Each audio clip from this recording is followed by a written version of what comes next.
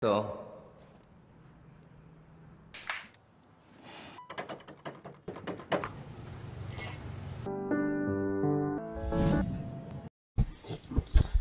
Halo para pecinta film, welcome back to my channel di Lili.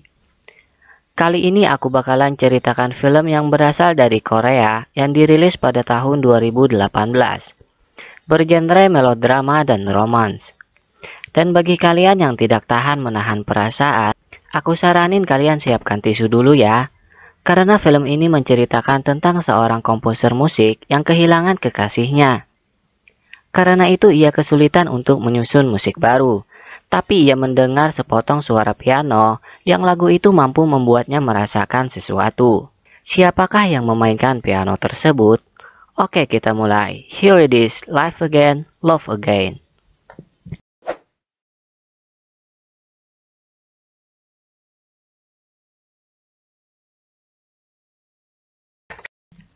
Bermula dengan seorang gadis yang bernama Mi, yang berada di Vietnam. Ia sangat suka menulis lagu dan berharap menjadi musisi terkenal. Karena itu ia sering membagikan musiknya di media internet. Ia melihat pembagian penghargaan komposer musik di Korea yang terkenal bernama Givel, seorang pria yang menjadi komposer favorit Mi. Saat itu Mi tidak bisa bermain piano karena salah satu tombolnya tidak berfungsi.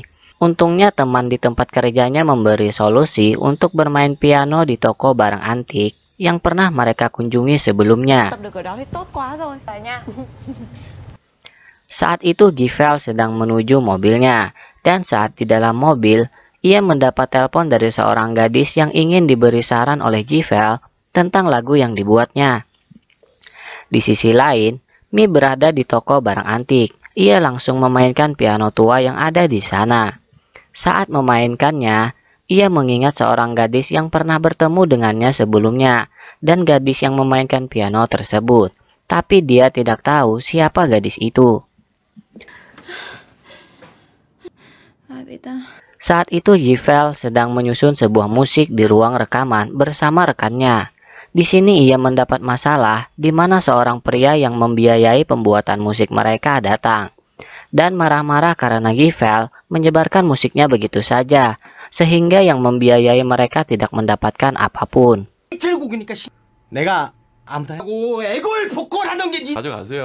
Mereka pun pergi meninggalkannya begitu saja. Kini malam hari tiba, saat Mi makan, ia lagi-lagi mengingat seorang gadis sebelumnya. Ternyata selama ini ia memiliki insomnia. Pagi harinya temannya Givel mendapat kabar bahwa kekasih Givel yang berada di Vietnam telah tiada. Givel mendengarnya dan ia langsung pergi dengan cepat. Kini ia mengingat masa lalunya, di mana kekasihnya yang tulus mencintainya apa adanya. Walaupun saat itu mereka sedang susah karena Givel belum terkenal menjadi komposer. Dan ternyata gadis yang selama ini selalu dalam bayang-bayang Mi adalah kekasih Givel yang telah tiada karena jatuh dari jembatan. Givel sangat dilanda kesedihan, karena saat ia mulai terkenal menjadi komposer, ia mulai melupakan kekasihnya, hingga suatu malam kekasihnya dibuat menangis karena Givel yang bersenang-senang dengan seorang gadis sebelumnya. Saat ini Givel tidak bisa menyusun musik barunya karena kesedihan yang begitu mendalam, hingga membuat temannya sedikit bertengkar akibatnya.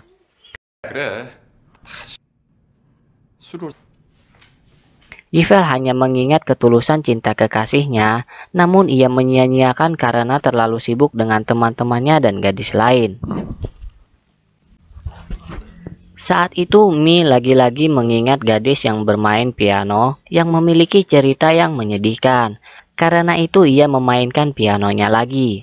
Setelah itu, Givel menceritakan kesedihannya kepada temannya karena ia tak sanggup membendung perasaannya yang begitu menyakitkan. Di sini Mi merasa lagu yang dibuatnya bukan lagu miliknya, tapi ia tetap mengunggahnya di media internet. Di mana Givel mendengarkan lagu itu dan ia merasakan sesuatu yang menyentuh dari lagu tersebut. Ia pun langsung menyusun lagunya hingga tertidur, dan temannya yang mendengar lagu itu menilai bahwa lagunya lumayan bagus. Dan Mi ingin mendapatkan pekerjaan baru agar bisa mengganti pianonya yang rusak, karena saat itu ia hanya pekerja paruh waktu. Đàn của em. Saat itu Jivel mengirimkan pesan kepada Mi dan ia berharap bisa bertemu. Seseorang temannya Jivel memberinya alamat terakhir keberadaan kekasihnya di Vietnam, karena Jivel akan pergi ke sana dan mungkin alamat itu akan bisa membantunya. Tapi sebelum itu, Jivel lagi-lagi mendapat masalah karena ada rumor bahwa Jivel menjual lagu-lagunya demi uang dan membuat cerita tentang mantan kekasihnya juga demi uang.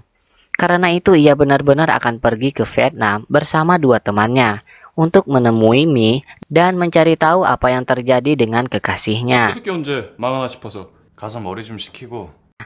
Saat berada di Vietnam, mereka ingin seorang pemandu wisata karena mereka tidak mengenal jalan-jalan di sana. Saat itu Mi sedang bermain piano yang bisa merasakan cerita gadis dalam bayangannya. Dan untungnya ia akan menjadi pemandu wisata Jivel dan temannya. Thưa guys. Tapi saat bertemu, Jivel tidak sadar bahwa seseorang yang bermain piano yang ingin ia temui adalah Mi. Begitu juga sebaliknya. Mi tidak sadar bahwa seseorang yang mengirimnya pesan untuk bertemu adalah Jivel.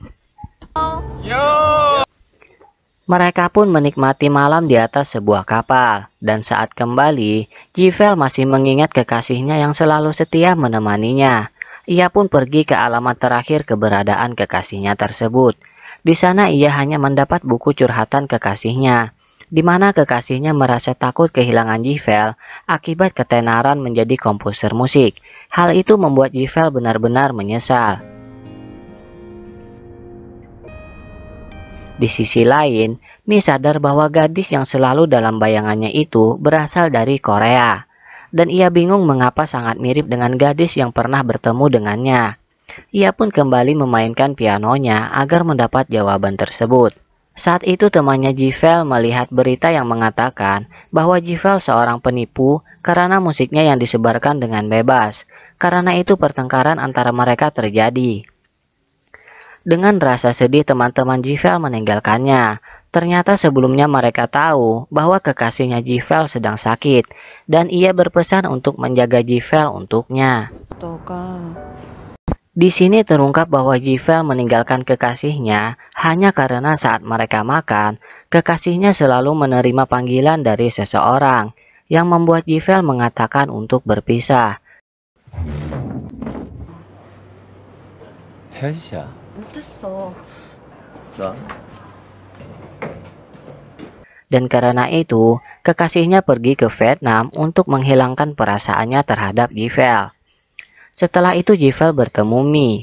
Di sini Mi menceritakan bahwa ia seorang penulis lagu, namun belum terkenal. Pekerjaan Mi untuk memandu Jivel telah selesai. Ia langsung pergi untuk membeli piano tua sebelumnya. Saat memainkannya, Jivel sadar bahwa itu adalah Mi.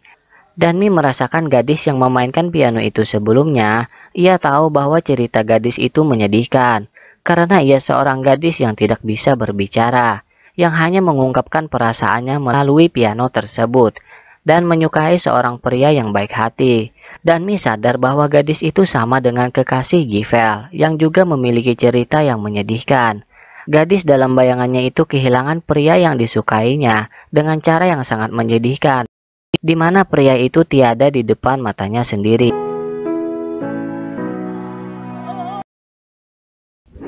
Setelah itu Mi mendapat surat dari temannya.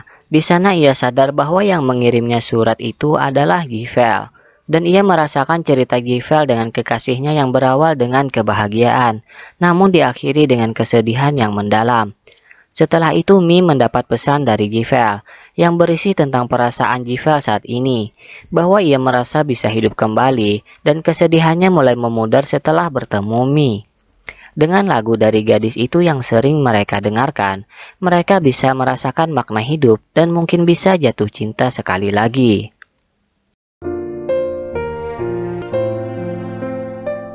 Ini film benar-benar menyedihkan, guys.